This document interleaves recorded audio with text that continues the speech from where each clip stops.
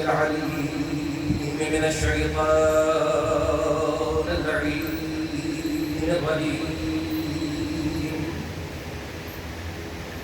بسم الله الرحمن الرحيم.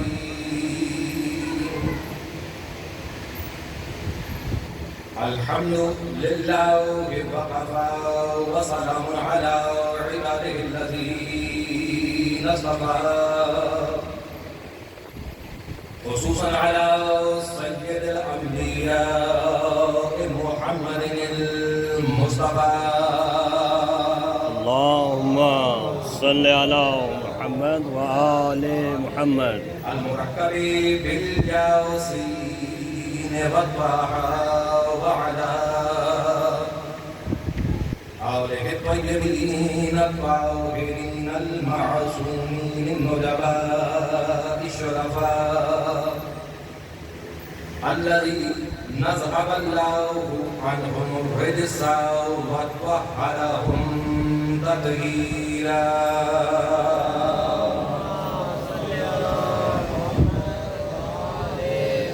ولعنة الله يمض على الملعون من يومنا هذا إلى قيام يوم الجزاء. أما بعد، فقد قال الله سبحانه وتعالى في كتابه المبين: بسم الله الرحمن الرحيم. لقد كان لكم في رسول الله أسوة حسنة لمن كان يرجو الله واليوم الآخر وذكر الله كثيرا. صلوات بردی محمد.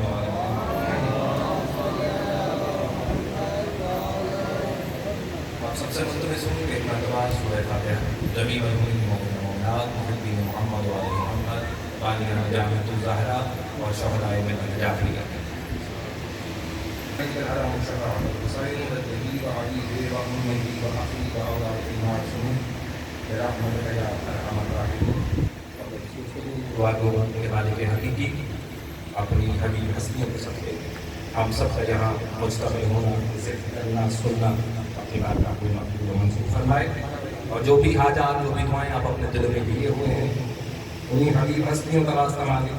فرش عزا پر بیٹھے ہوئے جہاں جہاں پر میری مصروف اعضاء ہیں، مالک سب کی دعاؤں کو اپنی بارگاہ میں مقبول و منظور فرمائے. حاضرین محفل میں سے اگر کوئی بیمار ہے اور مل کے دعا کیجیے گا کہ کچھ مومنین کی دعا میرے ذمہ لگی ہے، بیمار ہے، ان میں بچہ بھی شامل ہے، مل کے دعا کیجیے گا. لیکن ایام کا واسطہ مالک سب کو شفاء کامل و عاجل عطا فرمائے اور ملک پاکستان کی حفاظت فرمائے. جہاں جہاں عزاداری ہو رہی ہے، سید الشہداء کے عزادار جہاں جہاں مصروف اعضاء ہیں، مالک سب کی محافظت و معاونت فرمائے. ہمارے دلوں میں ولائے محمد و آل محمد علیہ السلام زیادہ فرمائے. حقیقی معنوں میں شیعہ حسنہ شریف اور صحیح معنوں میں منتظر امام علیہ السلام بننے کی توفیق عطا فرمائے. اور سب دعاؤں کی دعا جو ہماری دعا کی قبولیت کی شرط ہے کہ مالک ہمارے وارث حقیقی کے ظہور میں تعجیل فرمائے. ان سب دعاؤں کی مقبولیت کے لیے ایک مرتبہ بلند تر صلوات پڑھیں.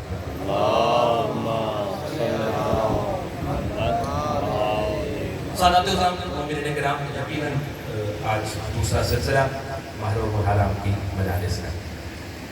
آج دن میں بھی آپ یقیناً عزاداری میں مصروف رہی ہوں گے. مالک آپ کی کوششوں کو اپنی بارگاہ میں مقبول و منظور فرمائے. میں کل بھی اپنے موضوع پر زیادہ بات نہیں کر سکا، اس کے لیے معذرت خواہ ہوں. آج میں بغیر اس چیز کے کہ میں اور بات کروں، میں اپنے موضوع کا ایک تعارف بھی کروا دوں اور اس پر ہی آج بات ہو. وقت ابھی بھی اور آج بھی میرے پاس کم ہی ہے، تو کوشش کروں گا کہ جتنا وقت ملے اس میں اپنے نوجوان تک کچھ نہ کچھ پیغام پہنچاؤں.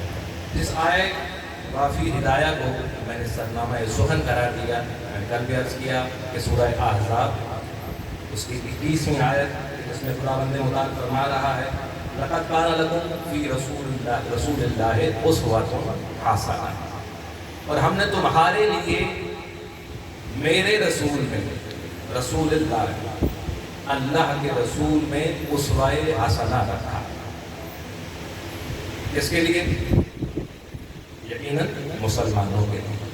خطاب مسلمانوں سے ہے، انسانوں سے ہے، ہر اس شخص سے ہے کہ جو لا الہ الا اللہ محمد رسول اللہ پڑھ رہا ہے اس کے لیے.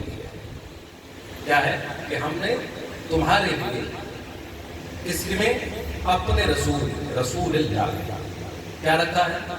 اسوہ حسنہ. تمہارے لیے ان کی زندگی کیا ہے؟ نمونہ.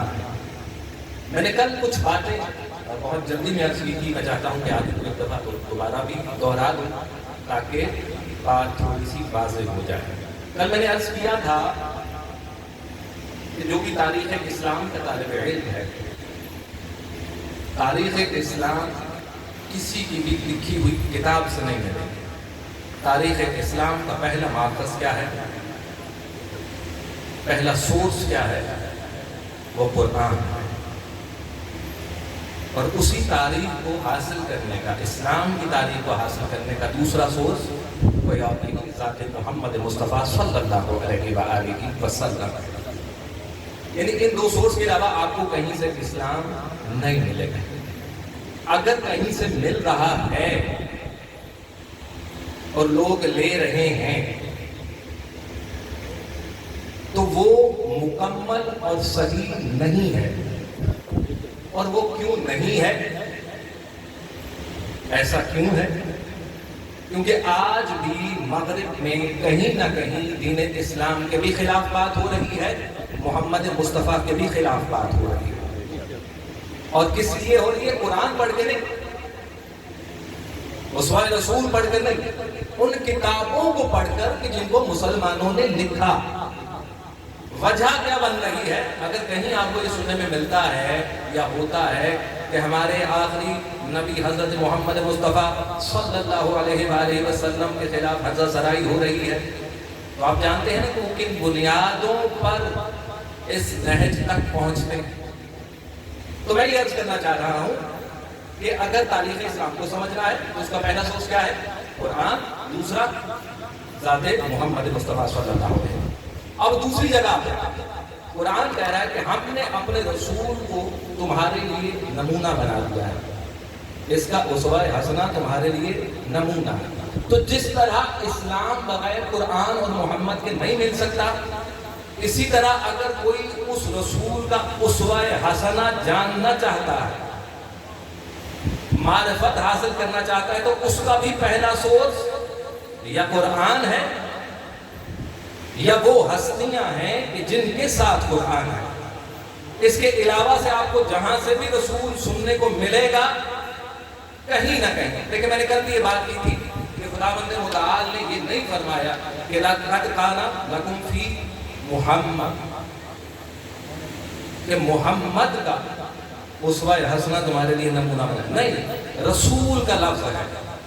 یعنی یہ آیت بتا رہی ہے کہ جس کے بارے میں بات ہو رہی ہے وہ بنی ہاشم کا چشم و چراغ نہیں ہے، اس کے بارے میں بات نہیں ہو رہی. عبد المطلب کے پوتے کے بارے میں بات نہیں ہو رہی، عبداللہ کے بیٹے کے بارے میں بات نہیں ہو رہی، ابو طالب کے بھتیجے کے بارے میں نہیں بات ہو رہی. ایک انسان ہے کہ جس کا نام محمد ہے، وہ پورے کا پورا رسول ہے. یہ ذات محمد پر جو تقاضۂ بشریت کے ساتھ آتے ہیں اس پر بات نہیں ہوتی. اللہ کہہ رہا ہے کہ میں رسول کی بات کر رہا ہوں، میرا رسول، اس کی ذات، اس کا اسوہ حسنہ تمہارے لیے نمونہ ہے. میں جو عرض کر رہا ہوں کہ ہم کیوں نہیں ان کتابوں سے یا ان تاریخوں سے اسوہ لے سکتے، کیونکہ کہیں نہ کہیں یہ تقسیم لگائی گئی کہ رسول کب سے رسول ہے، کتنا عرصہ محمد رہے، کتنا عرصہ رسول رہے. یہ باتیں شاید پہلے بھی آپ سن چکے ہیں، لیکن نوجوانوں کے لیے شاید نہیں. مغرب میں آج بھی رسول کی زندگی کو دو حصوں میں تقسیم کیا جاتا ہے، ایک مکی زندگی، ایک مدنی زندگی. ہم جو کہہ رہے ہیں کہ ہم کسی سے بھی اسوہ نہیں لیں گے، یا تو قرآن سے لیں گے یا ان ہستیوں سے کہ جن کے ساتھ قرآن ہے، وہ بتائیں کہ اسوہ رسول کیا ہے. کیونکہ باقی جس نے بھی اسوہ رسول لکھا ہے، جس نے بھی سیرت نبی لکھی ہے، جہاں سے بھی وہ سورس لیا ہے، آپ ان کی تاریخ میں جب جائیں گے تو آپ کو پتا چلے گا کہ کس نے کہاں پر کس طرح سے کلمہ پڑھا. سمجھ رہے ہیں بات؟ یعنی کہ جب تک کلمہ نہیں پڑھا تب تک محمد کو جانتے نہیں. تو جتنا عرصہ محمد کو جانا نہیں ہے اتنی زندگی کیا محمد کی اسوہ حسنہ نہیں ہے؟ بات تو یہ کہ ہم یہ کہہ رہے ہیں کہ محمد رسول اللہ جو ہیں ان کی ذات، ان کا اسوہ حسنہ امت مسلمہ کے لیے، پوری کائنات کے لیے، انسانوں کے لیے کیا ہے؟ نمونہ ہے. لیکن کہیں نہ کہیں وہ لکھنے والے یہاں پر پھنس گئے، رک گئے، تقسیم کر دیا کہ کب سے کب تک محمد اور کب سے کب تک محمد رسول اللہ. اللہ قرآن میں کبھی میں نے اس آیت کا تذکرہ کیا تھا، میں دوبارہ کرتا ہوں تاکہ نوجوانوں کے ذہن میں یہ بات اور اچھے طریقے سے بیٹھ جائے کہ جب لفظ محمد آئے گا تو اس سے بھی مراد محمد کی بشریت نہیں ہے. آپ یہ مت سمجھے کہ جب محمد کہا جا رہا ہے تو اس سے مراد ایک بشر ہے، نہیں. کیونکہ آل عمران میں اللہ تعالیٰ کیا فرماتا ہے؟ وما محمد الا رسول. محمد ہے ہی نہیں. پہلے نفی کی جا رہی ہے، بالکل اسی طرح لا الہ الا اللہ. وما محمد الا، محمد کچھ نہیں ہے لیکن رسول ہے. لیکن وہ رسول. دیکھیں ہمارے ہاں مسئلہ یہ ہے کہ لوگوں نے جہاں سے بھی جس طرح سے بھی رسول کے بارے میں سنا، پڑھا. دیکھیں ہم کسی کی بھی تاریخ کو پڑھ کر، کسی کی بھی تاریخ، کسی بھی جو انسان ہے جو میرے اور آپ کے جیسا ہے، اس کی تاریخ کو پڑھ کر ختمی مرتبہ صلی اللہ علیہ وسلم کی ذات حقیقی تک نہیں پہنچ سکتے. یہ ناممکن ہے، ایسا ہو نہیں سکتا. اور ایک اور بات میں یہاں پر کہنا چاہتا ہوں، کوئی مت یہ سمجھے کہ ان مجلسوں کا مقصد، اس ذکر کرنے کا مقصد خدا نخواستہ فرقہ واریت ہے، تفرقہ ہے. نہ، ذکر محمد و آل محمد کا کبھی بھی یہ مقصد نہیں تھا کہ لوگوں کو، انسانوں کو تقسیم کیا جائے. یہ جوڑنے کے لیے ہے. ہم نہ تو تفرقے کو پسند کرتے ہیں، نہ فرقہ واریت کو پسند کرتے ہیں، بھرپور مذمت کرتے ہیں. جو بھی اس میں شامل ہے وہ سزا بات، اس کو سزا ملنی چاہیے، اسے کیفر کردار تک پہنچانا چاہیے. ہاں لیکن ایک ہے، نہ ہم فرقہ واریت کے نہ تفرقے کے، لیکن ایک فرق کے قائل ضرور ہے. ایک فرق ہے جو ان ہستیوں نے روزے عاشور ڈال دیا تھا. تفرقہ نہیں چاہتے لیکن وہ فرق نہیں مٹنے دینا چاہتے کہ حسینیت ایک طرف ہے، یزیدیت ایک طرف ہے.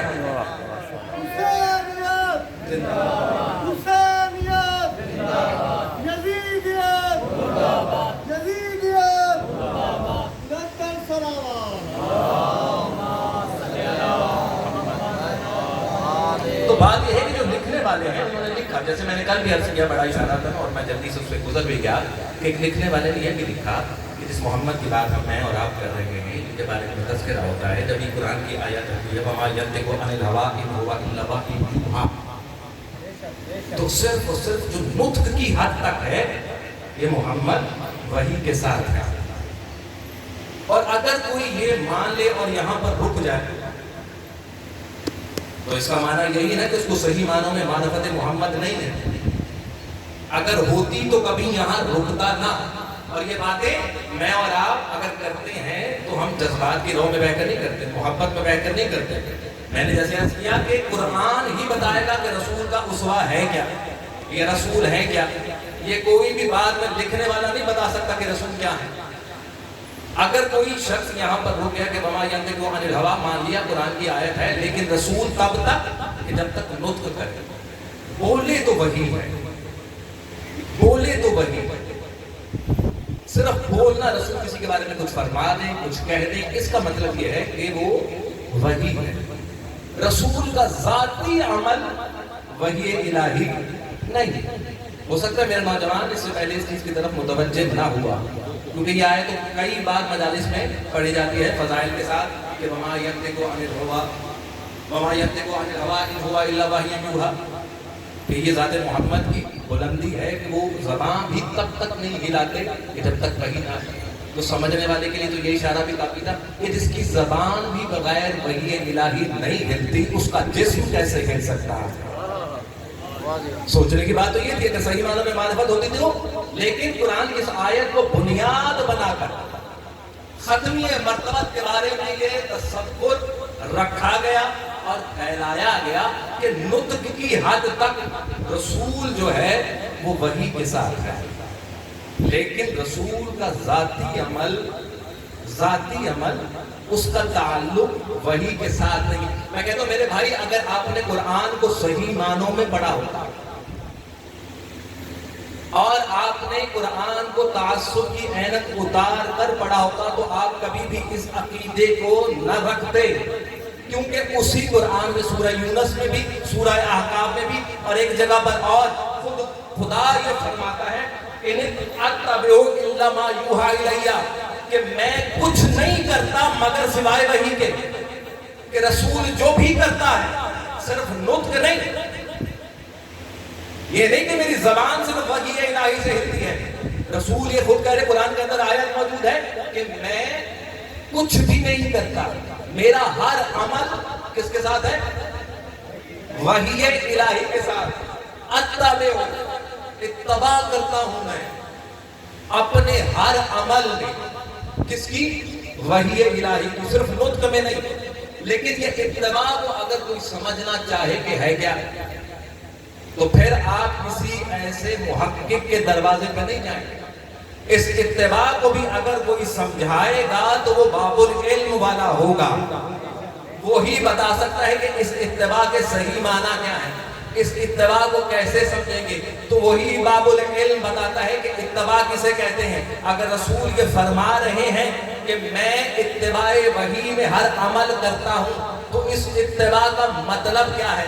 وہ خود فرماتا ہے باب العلم کہ میں نے اس رسول کی اتباع ایسے کی کہ جیسے بکری کا بچہ اپنی ماں کے پیچھے پیچھے چلتا ہے.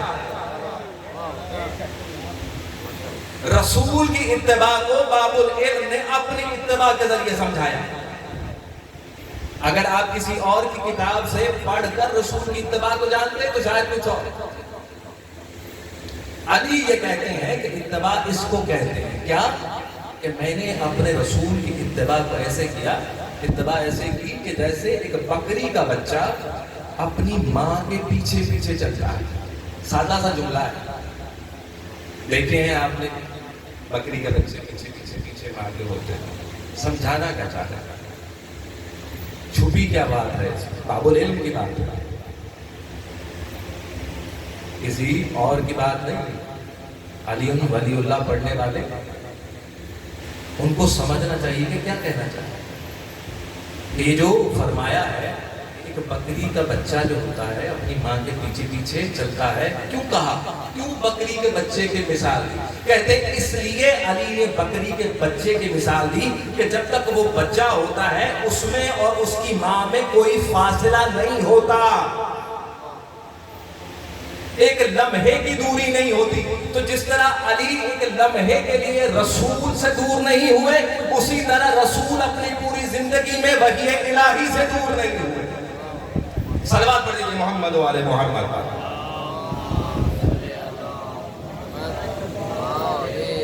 تو رسول کو سمجھنا ہے، اسوا کو سمجھنا ہے تو یا قرآن بتائے گا. اور ہمارے پہ الزام ہوتا ہے کہ آپ کی مجالس کے اندر یا تو ذکر علی ہوتا ہے یا ذکر اولاد علی ہوتا ہے، تو ہم خدا کی قسم نہ ذکر علی کرتے ہیں نہ ذکر اولاد علی کرتے ہیں. ہم علی کا ذکر کرتے ہیں تو اس لیے کرتے ہیں کہ شجاعت محمد سامنے آئے. ہم حسن کا تذکرہ کرتے ہیں تو اس لیے کہ حلم محمد سامنے آئے. ہم حسین کا تذکرہ کرتے ہیں اس لیے کہ صبر محمد سامنے آئے. کیونکہ یہی وہ آئینے ہیں کہ جس میں محمد نظر آتے ہیں. اگر یہ آئینے نہ ہوں تو پوری کائنات میں محمد کا عکس نظر نہیں آتا. سمجھ رہے ہیں؟ ان کا تذکرہ ضروری کی. ہم ذات محمد اس اسوا کو سمجھنے کے لیے، اس تک پہنچنے کے لیے ان ہستیوں کے تذکرے کا سہارا لیتے ہیں. ہم مسلمان ہیں، لا الہ الا اللہ پڑھنے والے ہیں، محمد رسول اللہ پڑھنے والے ہیں. ہاں علی ولی اللہ اس لیے پڑھتے ہیں تاکہ اسوہ رسول کو سمجھ سکیں اور سمجھا سکیں. درود پڑھ دیجیے محمد والے محمد.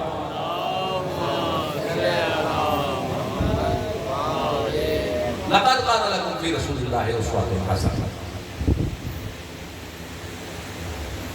کوئی نہیں بتا سکتا کہ اسوہ حسنہ حقیقت میں کیا ہے. یا قرآن بتائے گا یا جن کے ساتھ ساتھ قرآن. اور کوئی مت یہ سوچے کہ صرف نطق کی حد تک رسول وحی الہی کے ساتھ ہے. رسول کا ہر عمل، ہر فعل، ہر فکر اتباع وحی الہی میں ہے. رسول کی حیات کا ایک لمحہ بھی اگر کوئی یہ سمجھے، جیسے میں نے شروع میں عرض کیا کہ یہ محمد بنی ہاشم کے چشم و چراغ کی بات نہیں ہو رہی، عبد المطلب کے پوتے کی بات نہیں ہو رہی، عبداللہ کے بیٹے کی بات نہیں ہو رہی. یہ محمد رسول اللہ کی بات ہو رہی ہے. اور یہ رسول کب سے ہے؟ جب تک آپ یہ واضح نہیں کر پائیں گے آپ اسوہ رسول کو نہیں جان سکتے. پہلے اس بات کو تو طے کر لیجئے کہ رسول کب سے رسول ہے. ابھی تو آپ اسی میں پھنسے ہوئے ہیں کہ کچھ حصہ بشریت کا ہے، کچھ حصہ رسالت کا ہے. نہیں. قرآن کہہ رہا ہے کہ محمد جب سے ہے وہ کچھ نہیں ہے، وہ رسول ہے. وہ کچھ نہیں ہے، وہ رسول ہے. اور میں نے کل بھی عرض کیا تھا کہ یہ جو ساری باتیں ہوتی ہیں کہیں نہ کہیں کجی اور کمی رہ جاتی ہے. اس کے پیچھے یا تو بغض رسول ہوتا ہے یا بغض اولاد رسول ہوتا ہے. اس کے علاوہ کوئی وجہ نہیں ہوتی. دیکھیں اگر کسی کی بھی آپ کتاب اٹھا کر پڑھنا شروع کر دیں، سیرت النبی کسی کی بھی پڑھنا شروع کر دیں، آپ کو بہت سی جگہوں پر ایسے معاملات پڑھنے کو ملیں گے جہاں پر ایک ذی شعور انسان سوچنے پر مجبور ہو جاتا ہے کہ آیا واقعتاً ایسا ہو سکتا ہے. اگر آپ مطالعے کے آگے پڑھنے کے آگے تو وہ کجی اور جو کمی آ رہی ہے وہ اس لیے کہ معرفت رسول تو ہے ہی نہیں. اور معرفت رسول کیسے ہو کہ جب اس کو بشریت اور رسالت میں تقسیم کیا ہو. تو ایسا نہیں ہو سکتا. تو میں اس بات کر رہا ہوں کہ اگر اسوہ سمجھنا ہے، جاننا ہے، معرفت حاصل کرنی ہے تو وہ سوائے قرآن کے اور جن کے ساتھ قرآن ہے ان کے علاوہ نہیں مل سکتا. تو آئے پھر پوچھتے ہیں، قرآن ہی سے پوچھتے ہیں کہ جو محمد ہے، رسول اللہ ہے، اسوہ کیا ہے؟ تو جب اس ذات کے بارے میں قرآن سے پوچھتے ہیں تو یہ ذات اس قدر محیط ہے، اس قدر گھیرے ہوئے ہے کہ قرآن اسے رحمت للعالمین کہہ رہا ہے. یہ گھیرے ہوئے اس قدر وسعت ہے اس ذات، اس قدر وسعت ہے اس ذات میں کہ کیا کہ قرآن اسے رحمت للعالمین کہہ کر پکار رہا ہے. وما ارسلنا الا رحمت للعالمین. اور یہ بات میں اس لیے کہہ رہا ہوں کہ اگر آج بھی ہم کسی عالم میں بیٹھے ہیں تو وہ آج بھی رحمت بن کر ہیں، موجود ہیں. اور یہ جو خدا نے ان کو رحمت للعالمین کا لقب دیا ہے یہ کیا ہے؟ قرآن کی آیت میں تو ہے. تو کیا یہ محبت میں کہہ دیا ہے، دوستی کی وجہ سے کہہ دیا ہے، پسند بہت ہے؟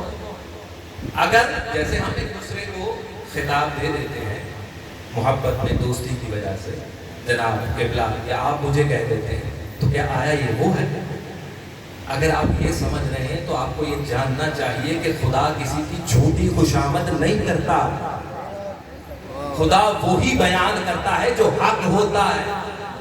تو اگر خدا ان کو رحمت للعالمین کہہ رہا ہے تو اس کا مطلب ہے کہ اس میں ذرا برابر بھی شک نہیں ہونا چاہیے. تو اس قدر محیط ذات کہ جس طرح الحمدللہ رب العالمین گھیرے ہوئے ہیں اسی طرح رحمت للعالمین گھیرے ہوئے ہیں. اتنی محیط ہے یہ ذات، اتنی پھیلی ہوئی ہے، اتنی گھیرے ہوئے ہیں ہم سب. اور پھر اگر قرآن سے پوچھتے کہ اچھا کچھ اور بتا تو قرآن کی آیت ہوتی ہے قل ذات محمد کو جاننا ہے، ذات رسول کو جاننا ہے، تو یہ آیت سامنے آتی ہے، قل کہہ دیجیے محمد اعملوا، تم لوگ عمل کرو، فسیر اللہ اعمالکم، اللہ تمہارے اعمال دیکھے. اندازہ لگائیے، رسول ان سے کہیے کیا کہ عمل کرو، عمل کرو. کیوں؟ فسیر اللہ اعمالکم، اللہ تمہارے اعمال دیکھ رہا. اور صرف اللہ نہیں دیکھ رہا، ورسولہ، اختیار دیکھ رہے ہیں اس رسول کا کہ جس کو ابھی تک آپ نے تقسیم کر کے رکھا ہوا ہے. قرآن اس کے بارے میں کیا کہہ رہا ہے، کتابیں اس کے بارے میں کیا کہہ رہی ہیں.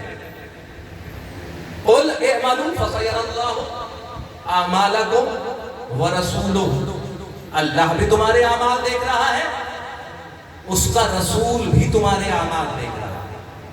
والمؤمنون، اور کچھ مومنون ہیں، مومن ہیں جو تمہارے اعمال کو دیکھتے ہیں.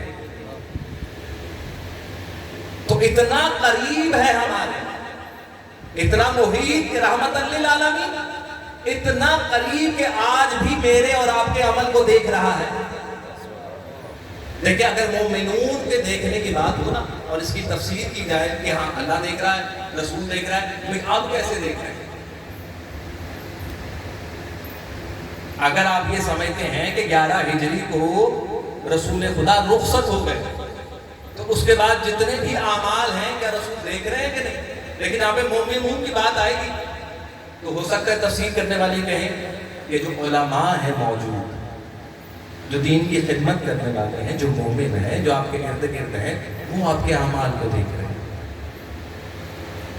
تو ہو سکتا ہے کئی لوگ اس بات کو ماننے کے لیے تیار بھی ہو جائیں کہ ہاں فلاں مولانا صاحب، فلاں مفتی صاحب، فلاں صاحب بڑے نیک ہیں، برگزیدہ ہیں، فلاں ولی، وہ ہمارے اعمال کو دیکھ رہے ہیں. تو یہاں پر سب مانیں. میرا سوال یہاں پر یہ ہے کہ اگر وہ دیکھ رہے ہیں جن کو آپ مومنون کے صف میں شامل کر رہے ہیں، تو پھر رسول کیسے دیکھ رہا ہے؟ اگر وہ آج مومنون آپ کے اعمال کو دیکھ رہے ہیں تو پھر وہ رسول تو پھر ماننا پڑے گا کہ رسول کا تعلق ظاہری حیات سے نہیں ہے. رسول جس دن سے خلق ہوا اس دن بھی رسول تھا. جب تک اللہ اس کو رسول باقی رکھے گا وہ رسول رہے گا. اس کا تعلق ہجریوں کے ساتھ نہیں ہے، اس کا تعلق تاریخ کے ساتھ نہیں ہے، اس کا تعلق رب العالمین کے ساتھ رحمت للعالمین کی طرح ہے کہ جب تک وہ رب العالمین ہے تب تک وہ رحمت للعالمین ہے. نعرہ تکبیر، نعرہ رسالت، نعرہ حیدری، یا امام المنتظر، یا امام المنتظر، نعرہ حیدری. جزاک اللہ، السلام علیکم. تو بس یہ طے ہوا آج سے انشاءاللہ کل کی گفتگو اسی جگہ سے آگے بڑھائیں گے کہ رسول کو تقسیم نہیں کیا جا سکتا ادوار کے اندر، مکی اور مدنی زندگی کے اندر نہیں کر سکتے. رسول جب سے ہے تب سے وہ رسول ہے، تو اس کا اسوہ بھی جب سے وہ ہے تب سے. ہاں کسی نے وہ وقت اگر محمد کے ساتھ نہیں گزارا اور وہ اس کو اسوہ تسلیم نہیں کر رہا تو وہ غلطی بات ہے. نہیں تو رسول کا ہر عمل، ہر فکر، ہر سانس، مسئلہ یہی تو ہے کہ جنہوں نے جتنا بھی وقت رسول کے ساتھ گزارا انہوں نے دیکھا کہ احکام الہی اور کچھ خاص لوگ، لیکن جیسے میں نے کل بھی عرض کیا تھا یہ انا بشر مثلکم، یہاں پر بھی آ کر لوگوں کے ذہنوں میں شک و شبہات پیدا ہوا. اور میں نے عرض کیا اور آپ بھی یقیناً اس بات کو جانتے ہیں کہ یہ بات کہہ دینا بھی اعجاز محمد ہے، اللہ کا معجزہ ہے یہ جو محمد کو عطا ہوا کہ محمد یہ فرما رہے ہیں کہ انا بشر مثلکم، میں تم جیسا بشر ہوں. لیکن حد فاصل کیا لگا رہے ہیں؟ یوحا الیہ، لیکن میرے پر وحی آتی ہے۔ کل بھی عرض کیا، یہ نہیں کہا کہ تم میرے جیسے بشر، کائنات میں کسی کو نہیں کہا کہ تم میرے جیسے بشر۔ یہ اعجاز محمد ہے کہ محمد فرما رہے ہیں کہ انا بشر مثلکم، میں تم جیسا بشر ہوں، لیکن کسی کو یہ نہیں کہا کہ تم میرے جیسے ہو۔ ہاں، یہ منزلیں کچھ خاص کے لیے ہیں کہ کہیں کہہ دیا کہ تم مجھ سے ہو، میں تم سے ہوں۔ اور مسئلہ یہیں پر درپیش ہے کہ جب وہ سنتے تھے اور دیکھتے تھے کہ ویسے تو کہتے ہیں کہ میں تمہاری طرح ہوں لیکن مجھ پر وہی آتی ہے، فرق یہی ہے، فصل یہی ہے، فاصلہ یہی ہے، لیکن کچھ ہستیاں ایسی ضرور ہیں کہ جن کو جیسے ہی دیکھتے ہیں تو اندر سے آواز نکلتی ہے رسول کے کہ منی وانا منہ۔ بس یہی وہ منزلیں تھی جہاں پر اس بغض میں، کیونکہ جیسے قرآن کی آیت ہے کہ یہ زبان سے تو کلمہ پڑھتے ہیں لیکن یہاں سے نیچے ابھی تک ایمان۔ اگر اتنے ہی اچھے ہوتے تو قرآن کیوں کہتا کہ یا ایھا الذین آمنوا آمنوا۔ اگر سب ارد گرد پھیلے ہوئے اتنے ہی اچھے ہوتے، اتنے ہی امانت دار ہوتے، اتنا ہی ساتھ دینے والے ہوتے، اتنی ہی محبت کرنے والے ہوتے تو 50 سال نہیں لگتے اسی رسول کی اولاد کو قتل کرتے۔ اس کا مطلب ہے کہ کہیں نہ کہیں معرفت میں کمی تھی، کہیں نہ کہیں اپنے جیسا سمجھ بیٹھے، کہیں نہ کہیں خود پر قیاس کر لیا تھا محمد مصطفیٰ۔ اور یہی وجہ بنی کہ اسی محمد کی اولاد اس کے جانے کے 50 سال کے بعد کسی اور نبی کے ساتھ اور اس کی اولاد کے ساتھ اتنا ظلم نہیں ہوا، تاریخ گواہ ہے، جتنا اس محمد مصطفیٰ کی۔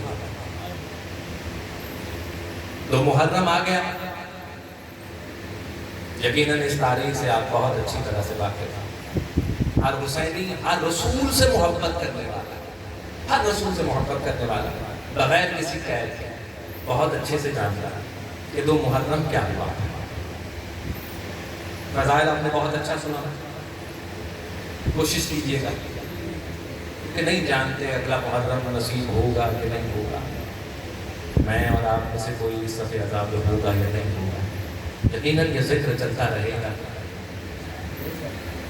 تو جتنا وقت ملا ہے، جس طرح کھلے دل سے آپ نے فضائل کو سنا ہے، اتنے ہی کھلے دل کے ساتھ ان مسائل کے جملوں پر توجہ کریں۔ 2 محرم عزاداران سید الشہداء، 2 محرم وہ دن ہے کہ جب حسین کا قافلہ جو 28 رجب کو مدینے سے نکلا، وہ قافلہ کہ جس نے ذی الحج میں اپنے حج کو عمرے میں تبدیل کیا، وہ حسین کا قافلہ آج کربلا کی سرزمین پر پہنچا۔ روایتیں آپ کی سنی ہوئی، روایتیں آپ کی سنی ہوئی، مسائل آپ سے پوشیدہ نہیں ہیں، آپ سنتے ہیں، لیکن بس کوشش کیجیے گا کہ ایک آہ نکل آئے، ایک آنسو نکل آئے، تو وہ بی بی کہ جو بقیہ چھوڑ چکی ہے وہ آپ سے راضی ہو جائے۔ کہتے ہیں جب پہنچا نا قافلہ اس سرزمین پر، حسین کے راہوار رک گئے۔ کہتے جب رک گیا نا تو حسین نے گیٹ لگائی، لیکن حسین کی سواری آگے نہ بڑھی۔ حسین نے دوبارہ گیٹ لگائی، لیکن حسین کی سواری اپنی جگہ سے ہی۔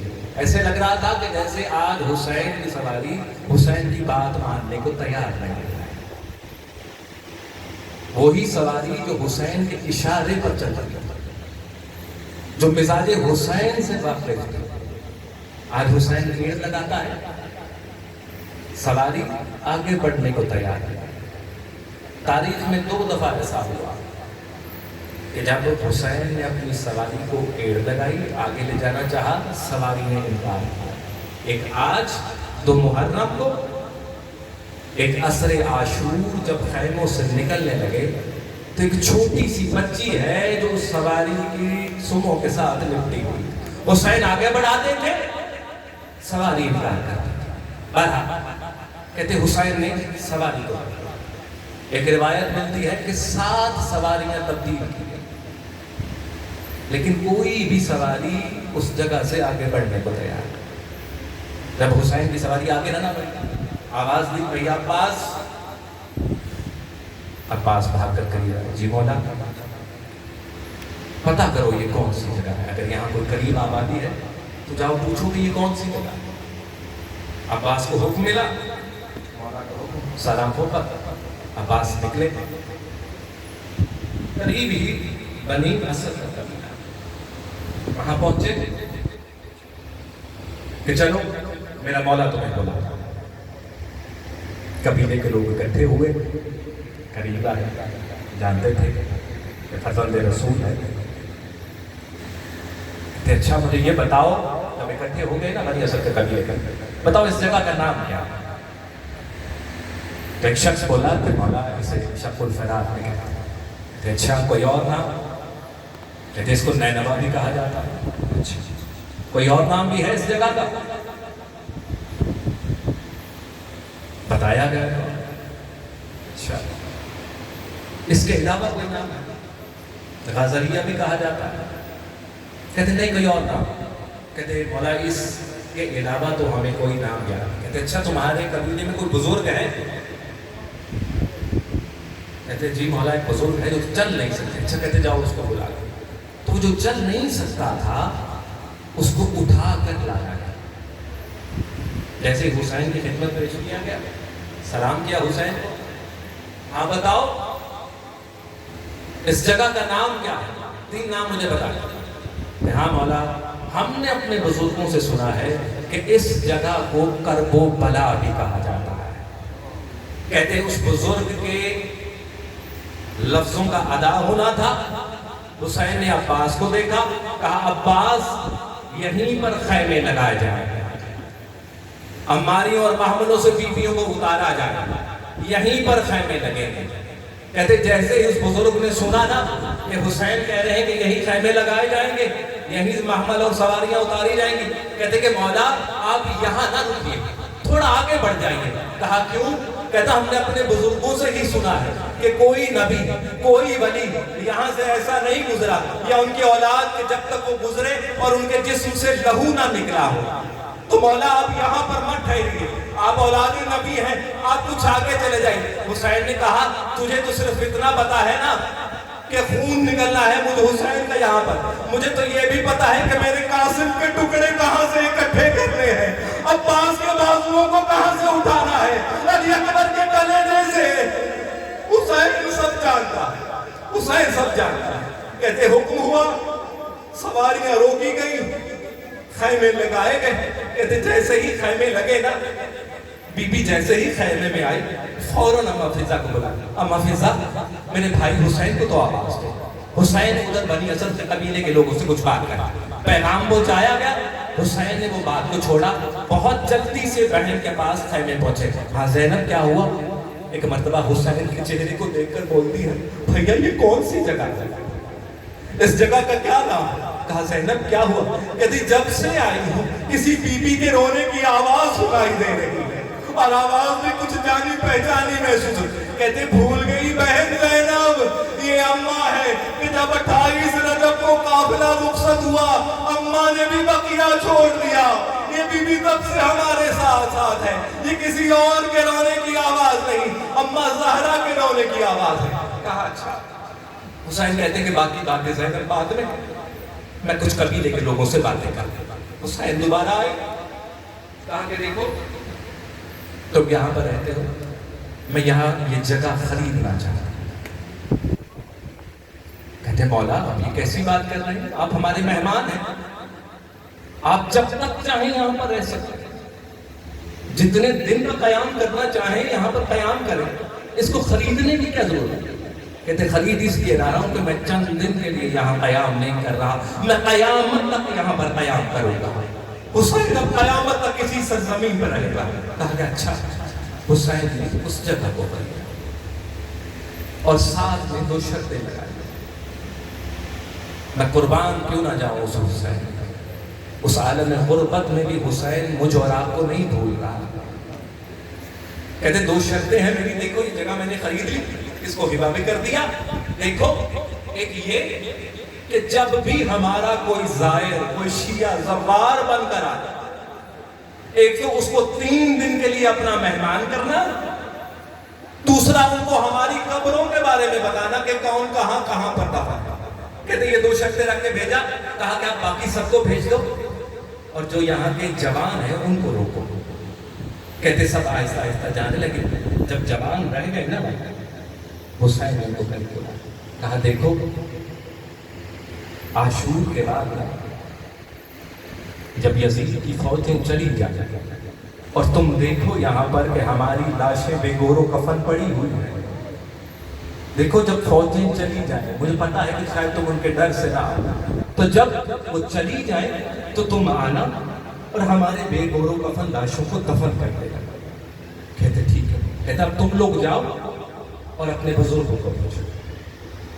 کہتے بزرگ آئے، ان کو بھی یہی ترکیب کہ اگر تمہارے جوان یہ نہ کر سکے تو تم مہربانی آنا اور دیکھو کیا کرنا، ہماری لاشوں کو دفن کر دینا۔ کہتے اب تم جاؤ، اب خواتین کو بھیجو۔ حسین تیری غربت، حسین تیری غربت۔ کہتے کہ خواتین کو اکٹھا کیا گیا، لایا گیا حسین کی خدمت۔ جی مولا و آقا دیکھو اگر تمہارے مرد یزید کی فوج کے ڈر سے نہ آئے نا تو تم ایسے کرنا کہ فرات سے پانی بھرنے کے بہانے آنا اور ایک ایک مٹھی ریت ہماری لاشوں پر ڈال کر چلی جانا۔ اس کے بعد بچوں کو بلایا کہ دیکھو بچوں اگر تمہارے ماں باپ نہ آ سکے تو کھیلنے کے بہانے آنا، جس کا لاشا ملے ایک ایک مٹھی ریت کی ڈال دینا۔ لیکن میں قربان جاؤں اس ہستی کے، کہا تو یہ تھا کہ عاشور کے بعد، لیکن امام زمانہ کہتے ہیں میرا سلام ہو اس شہید پر کہ جس کا لاشا 3 دن تک صحرا میں بے گور و کفن۔ میں کہوں گا سید سجاد آپ بیٹے ہیں مولا حسین کے، اتنا تو کرتے جاتے ہیں کہ کچھ مٹی حسین کے لاشے پر، ہو سکتا ہے سید سجاد اپنے ہاتھ بلند کرے کہ جس بیٹے کے ہاتھوں میں زنجیریں ہیں وہ کس طرح سے اپنے باپ کے جنازے ماتم حسین